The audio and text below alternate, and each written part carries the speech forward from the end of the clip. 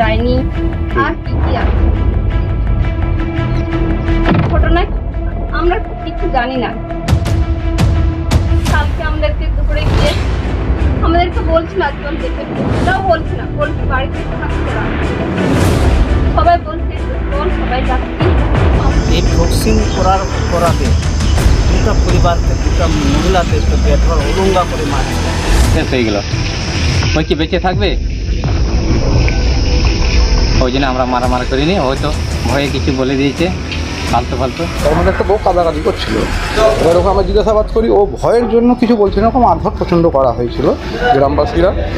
ওখানকার একজন টিএমসির মেম্বার ছিলেন, ওনারাও সবাই মিলেই ওকে মারধর করে। নিরীহ মহিলা, আদিবাসী মহিলা, দুজন মহিলাকে ডাইনি অপবাদ দিয়ে তাকে যে বেধড়ক মারধর করা হয়েছে, এটা প্রচণ্ড অন্যায়। এর ঘোর বিরোধিতা আমি করছি এবং এটা সম্পূর্ণ মিথ্যা দেখানো হচ্ছে, তাই নাকি হচ্ছে এই ধরনের মানে ভিত্তিহীন একটা অভিযোগ, যেটা ডাইনি অপবাদ।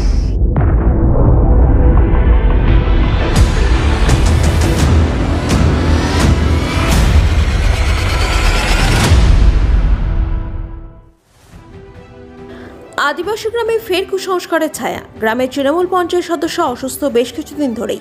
কারণ খুঁজতে উঠে এসেছিল গ্রামেরই এক মহিলার নাম।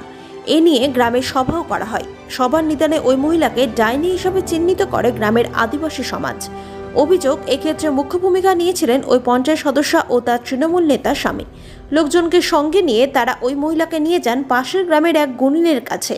সঙ্গে নিয়ে যাওয়া হয় প্রতিবেশী আরও এক মহিলাকে। অনেকটা সময় ধরে টুকটাকের পর গুণিন ওই মহিলার দুই কানে লোহার শিকের খোঁচা দিয়ে তাকে আরও একবার ডাইনি ঘোষণা করেন। এরপরই পঞ্চায়েত সদস্যের স্বামী ও দলের লোকজন ফুসকিন চিহ্নিত মহিলাকে বেধড়ক মারধর করেন বলে অভিযোগ। পঞ্চায়েত সদস্যের স্বামী ডাইনি ঘোষিত মহিলার গলা টিপে খুনের চেষ্টা করেন। তাকে বাঁচাতে গিয়ে ব্যাপক মারধর খেতে হয় প্রতিবেশীকেও। পরদিন ফের তাদের দুজনকে অর্ধনগ্ন করে মারধর করা হয়।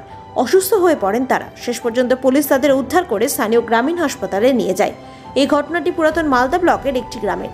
পরের অভিযোগ আরও মারাত্মক। ঘটনার পুঙ্খানুপুঙ্খ বিবরণ দিয়ে ডাইনি চিহ্নিতা নিগৃহীতা মালদা থানায় অভিযোগ দায়ের করতে যান, কিন্তু কর্তব্যরত পুলিশ অফিসার তার সেই অভিযোগপত্র গ্রহণ করেননি। ব্যুরো রিপোর্ট, প্রথমে বাংলা আপডেটস।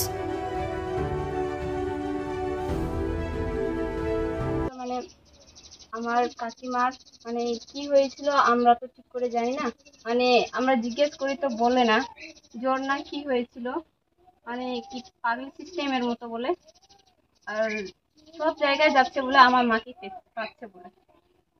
তো আমাদেরকে তাও আমার মা বাবাকে বলছে না কিছু, কিন্তু শনিবারে সবাই মানে গ্রামের সবাই কথা মিলে তারপর আমার বাবাকে নিয়ে গিয়ে তারপর আমার বাবাকে অনেক কিছু বললো, সেদিন বকাবকি করলো।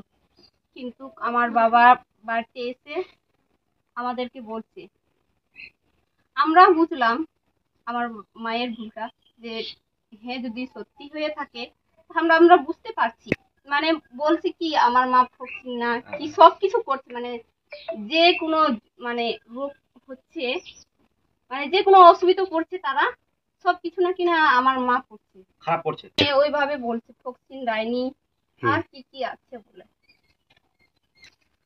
ঘটনা আমরা তো কিছু জানি না, কিন্তু কালকে আমাদেরকে দুপুরে গিয়ে আমাদেরকে বলছি না চল যেতে হবে, সেটাও বলছি না, বলছে বাড়িতে থাকতো না। কালকে আমরা যখন 12টায় নাগাদ আমরা জানি একটা ফক্সির ইদলটোলা গ্রামে ফক্সিল নিয়ে একটা গণ্ডগোল। এই গণ্ডগোলে কিন্তু আমরা ছুটে যাই, ওখানে ছুটে যেয়ে ওখানে দেখতে পাই যে গ্রামের কেউ কোনো কথাই বলে না আমাদেরকে। আমরা কিন্তু বাড়ি বাড়ি তল্লাশি শুরু করি। আমাদের সঙ্গে সিভিক ভলেন্টিয়ার ছিল, আমাদের মেম্বার অনেকজনই ছিল, তাদেরকে নিয়ে আমরা এখন তল্লাশি চালাই। তল্লাশির মধ্যে একটা আমি বাড়ি পাই, তার মধ্যে একটা বউ কাদাকাদি করছিল। এবার ওকে আমরা জিজ্ঞাসাবাদ করি, ও ভয়ের জন্য কিছু বলছে না, ওকে মারধর প্রচণ্ড করা হয়েছিল গ্রামবাসীরা। ওখানকার একজন টিএমসির মেম্বার ছিলেন, ওনারাও সবাই মিলেই ওকে মারধর করেছে। এবার ওনাকে খুন করার হুমকি দেওয়া হয়েছিল। এবার আমরা কি করি, ওখান থেকে প্রশাসনকে জানাই। প্রশাসনকে আইসি ক্ষেত্রে বলি আমরা, স্যার এরকম ব্যাপার হয়েছে, আপনি দুই মহিলাকে উদ্ধার করেন এখান থেকে উনি আবার প্রশাসন যায়, প্রশাসন আবার উদ্ধার করে থানায় নিয়ে আসে। থানায় নিয়ে আসার পরে এই ফক্সিন জিনিসটা আমাদের এলাকায় একটা খুব বাজে জিনিস। এর আগেও অনেক কিছু হয়েছে, ফক্সিন কেউ কাউকে বলে দিলে মার্ডার করে দেয়।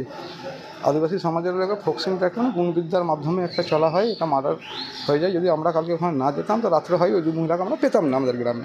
কি করে তার অসুখ সারানো যাবে, যেটা শুনলাম যে সে নাকি কোনো ইয়ের কাছে গুণী কবিরাজের কাছে গেছে, সেটা বটতলা গ্রামের। সেখান থেকে বলা হয়েছে যে ফস্কিন ধরেছে, যে ঘটনাটা ঘটেছে কোনো অসুখ নয়, এটা ডাইনি। ডাইনি কে আছে, ওই গ্রামেরই দুজন মহিলা ডাইনি আছে। এবার সেই হিসেবে পরবর্তীতে তারা মাকলু হেমব্রম, তৃণমূলের যে গ্রাম পঞ্চায়েত মেম্বার, এবং তার স্বামী দিলীপ হাঁসদা, এবং তাদের উদ্যোগে তাদের নেতৃত্বে আরও কিছু গ্রামের লোককে সাথে নিয়ে, যে যাদেরকে ডাইনি বলা হয়েছে, এ প্রচণ্ড মারধর করে যে তুমি বলো তুমি এটা ইয়ে করছো, তুমি ক্ষতি করেছো, তোমার জন্য অসুখ হয়েছে। এবং পরবর্তীতে থানায় তারা যায়। এবং এটা অদ্ভুত বিষয়, এই সভ্যতার যুগে আজকে আমাদের দেশ, আমাদের সভ্যতা কত এগিয়েছে, সেই ক্ষেত্রে আজকে ডাইনি যে অপবাদ দেওয়া হচ্ছে।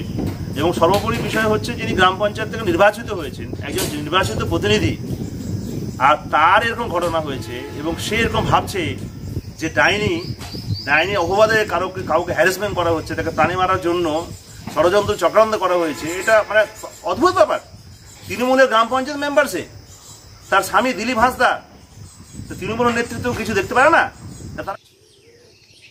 এটা সম্পূর্ণ মিথ্যা রটানো হচ্ছে, তাই নাকি রটাচ্ছে।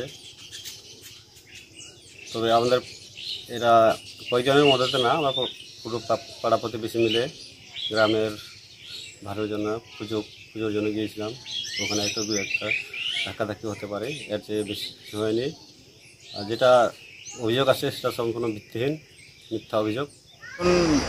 আমি শুনেছি গত পরশু দিনের ঘটনা, গতকালকে পুলিশে অভিযোগ হয়েছে।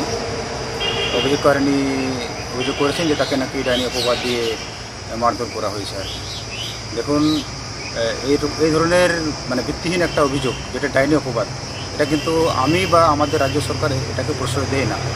এই কুসংস্কারকে নির্মূলীকরণের জন্য রাজ্য সরকার বিভিন্ন রকম কর্মসূচির মাধ্যমে বিভিন্ন উদ্যোগ নিয়ে এটাকে কীভাবে নির্মূলীকরণ করা যায়,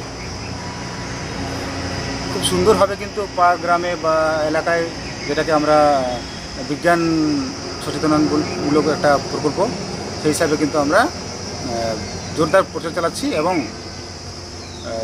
কীভাবে এই কুসংস্কারকে নির্মূলীকরণ করা যায় তার এখন এটা তদন্ত সাপেক্ষ, পুলিশ তদন্ত করছে। যদি এরকম কোনো ঘটনা ঘটে থাকে যে আমাদের দলের কেউ কাউকে